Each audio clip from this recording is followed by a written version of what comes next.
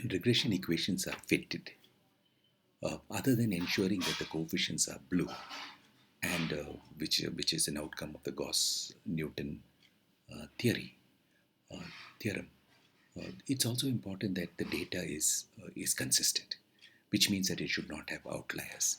In an earlier presentation, I had discussed a whole range of measures which detect outliers and also tell you which are the outliers which have an effect on the uh, result, which is called influence. So now we are going to make a now my this presentation is going to deal with these outlier detection mechanisms that is built into R. So detecting outliers and influence, it is possible for a single observation to have a great influence on the result of a regression analysis.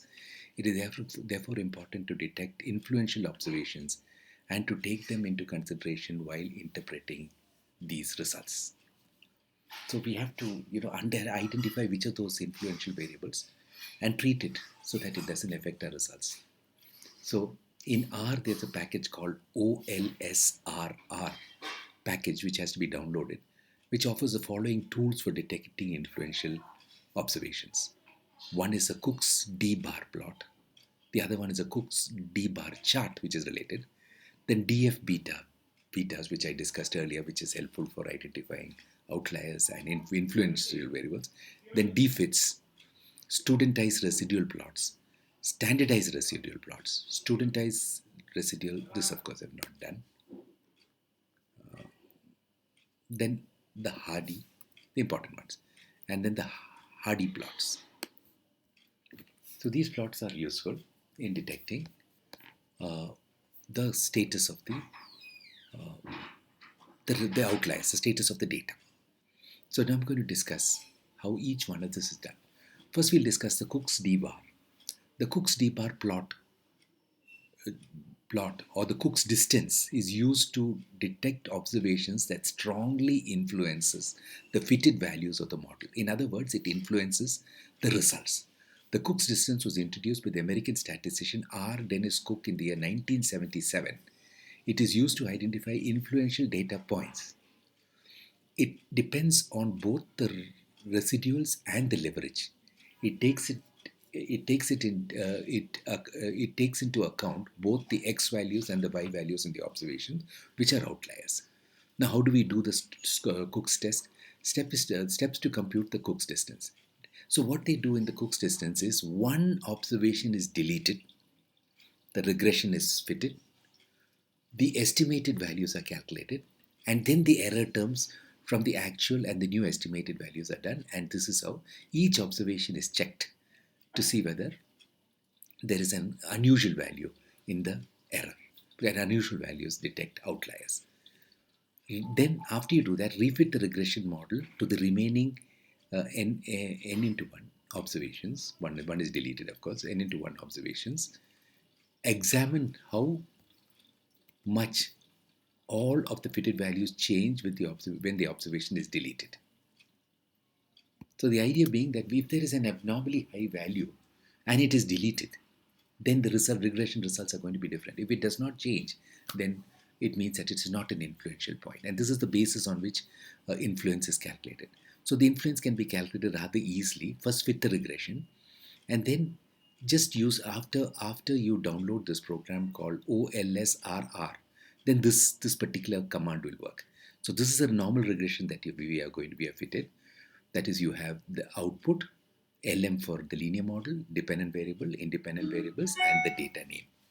And then when you say OLS plot Cook's D bar, it identifies which are the outliers.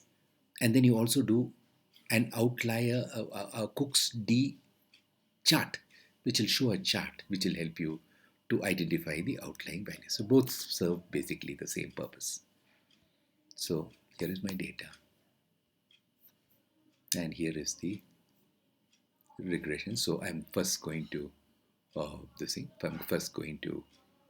I've read the data, and first I'm going to invoke this library. If you don't already have it, then one time you have to use this command packages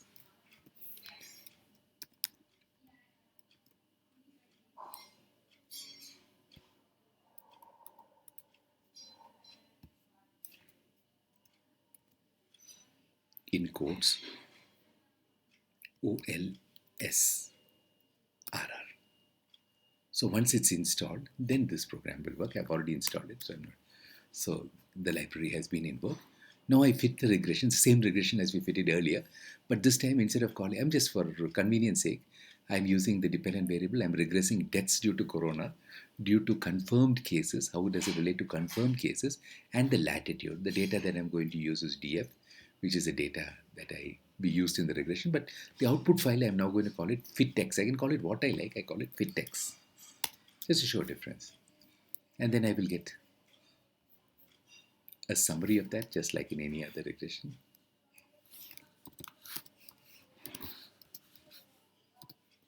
Just like in any other regression, I'll get the summary. Interpretation largely remains the same, that confirmed cases, for every 100 confirmed cases, there will be 4 deaths. And keeping this constant, keeping the confirmed case constant, as you move up from the lower latitude to higher latitude, the number of deaths decrease.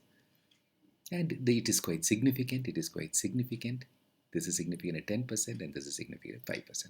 So there is a tendency. But if the deaths are the same, then between two places, the higher latitude will have less deaths compared to the lower latitude. And now I'm going to fit the Cook's D beta. And I just run this command with just the command OLS underscore plot underscore Cooks D underscore bar. Now this will not work unless this program has been installed. That is OLSRR, and then I invoke it using library.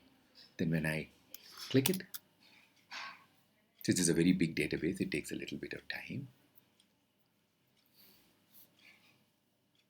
And there it is. Cook's distance tells me that these observations which are marked. Now this is a very big data, so probably these data points are all extremely high values and they will have a bearing on the distance. So Cook's distance identifies so if I delete this, the results are going to change. So I cannot delete it. So it obviously means I cannot delete it because it pertains to the real data. The same thing can be shown as OLS plot Cook's D chart, which shows the same thing in chart, and I can identify clearly which are those values which are really so abnormally high values. Like you had a death of 16,858 on one particular date. That happened on a particular date. And that was an observation mainly to the end. You had a huge value. I need to go back and check which are these observations which are very large. 16,800 and 800, I'll say 16,800. Now if I want to detect it, I will just say DF, open a square bracket, deaths, DF dollar deaths.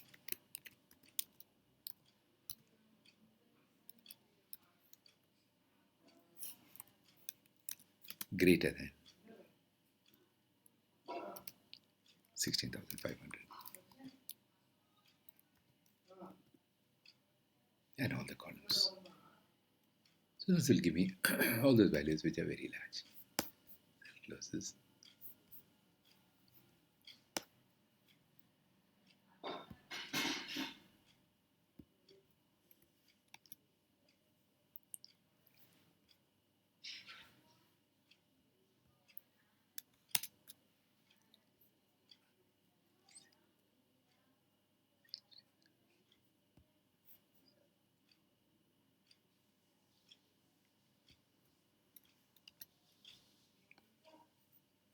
Not able to detect it.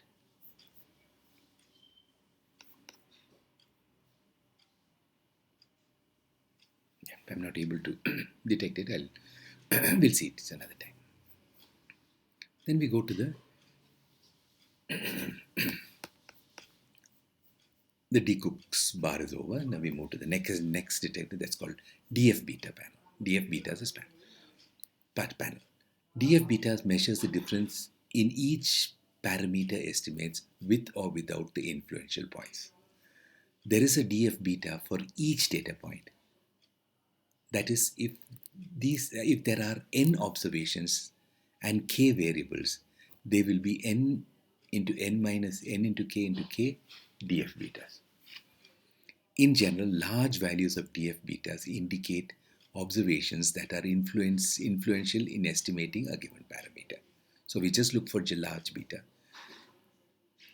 Belsley, Koo, and Welsh recommended 2 as a general cutoff value to indicate the influence observation, and 2n, square root of 2n, as a size adjusted cutoff. Sorry, it's just root 2n as a size cutoff. It can be invoked really just with OLS underscore plots df betas. I will just show you that in a moment.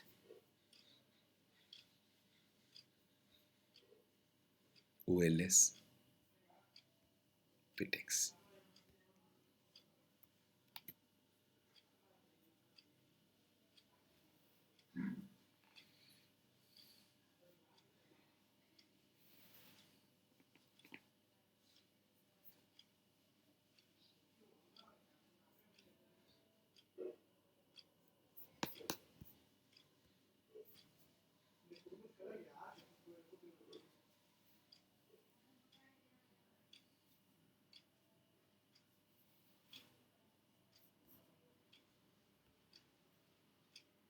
Oh, sorry, it's a mistake. I should not have directed it. Directly, I should just give it and it will give me the values. That's not correct.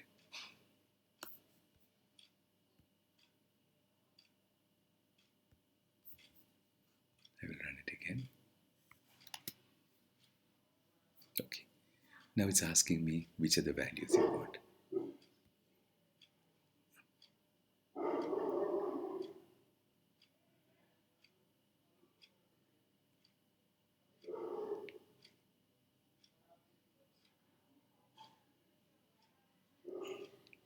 So it gives you a whole range of values which I can invoke. I will just abort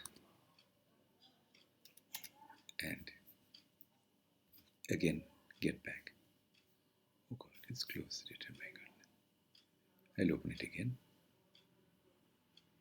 Sorry, it's closed the R program.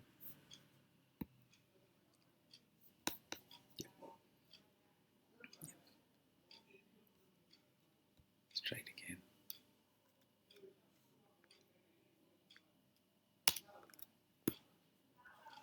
The data has to be reread.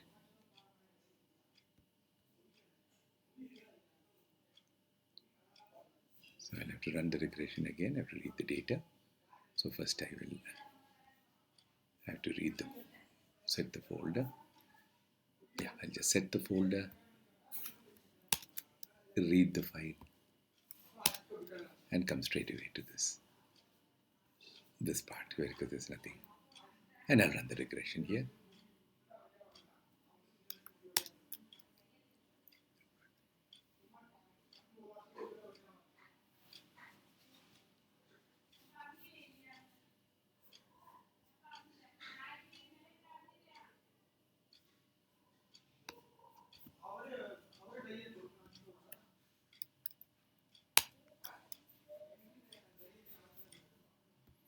Just see. That's it. Oh, yeah, correct.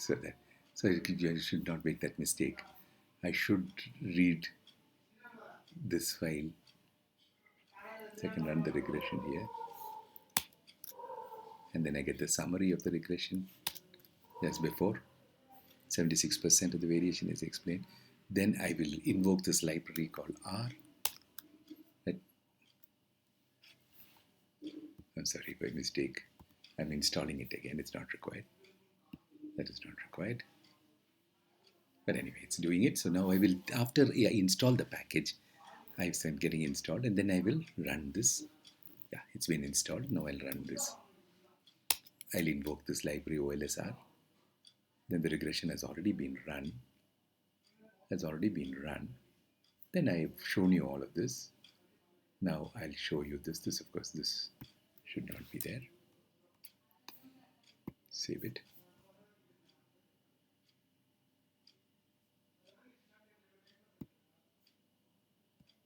Right. So I will run this.